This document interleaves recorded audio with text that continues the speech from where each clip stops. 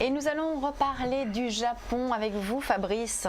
Eh bien, la planche à billets serait-elle détraquée? Malgré les injections massives de liquidités, le Japon est retombé en récession, ce qui alarme les investisseurs. Il y a de quoi? Les banques centrales doivent-elles continuer à injecter des liquidités? Ah oui, la question se pose. L'économie japonaise s'est contractée de 0,4% entre juillet et septembre après une chute de 1,9% au deuxième trimestre.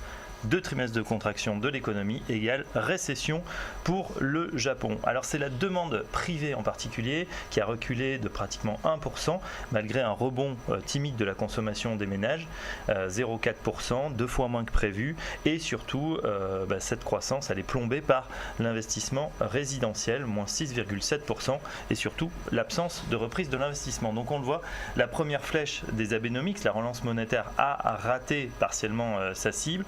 Le gouvernement se retrouve donc sous pression et la Banque du Japon a annoncé il y a 2 semaines qu'elle maintenait une position très accommodante pour permettre au pays, ou surtout éviter au pays de retomber à nouveau dans la déflation. On l'a vu sur le marché, après une euphorie de courte durée à l'annonce des injections supplémentaires de liquidités, les marchés japonais ont quand même très mal digéré la nouvelle. Les doutes en plus se renforcent maintenant sur l'ensemble de la croissance mondiale.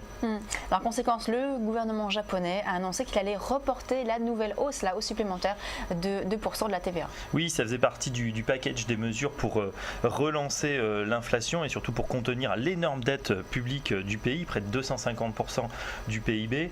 L'idée était de faire grimper progressivement la TVA de 5 à 8%, puis de 8 à 10%. Eh bien, cette nouvelle marche de 8 à 10% devrait intervenir désormais en 2017, soit au terme du mandat actuel de la Chambre basse du Parlement. Or, le Premier ministre Shinzo Abe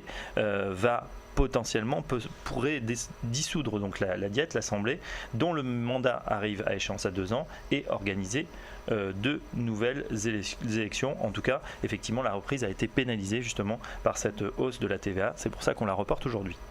Alors en Europe, les investisseurs anticipent également la mise en place de nouvelles mesures de politique monétaire et parient sur le début d'un quantitative easing à l'européenne à partir de 2015. Oui, le fameux quantitative easing à l'européenne, c'est celui de Mario Draghi. Alors ce qui est intéressant avec Super Mario, c'est qu'il n'a pas besoin finalement de lancer ces mesures, ses paroles suffisent, et au cours de son audition trimestrielle devant la Commission des affaires économiques et monétaires du Parlement, Mario Draghi a déclaré que l'euro est irréversible, de nouveau, insistant que toutes les actions seraient prises en compte pour effectivement, quoi qu'il en coûte, soutenir l'euro et soutenir l'Europe, donc à la façon de 2012. Même cause, mêmes effets, les marchés actions se sont immédiatement repris, on est reparti à la hausse, l'euro est reparti à la baisse et les rendements des taux souverains des pays périphériques se sont détendus.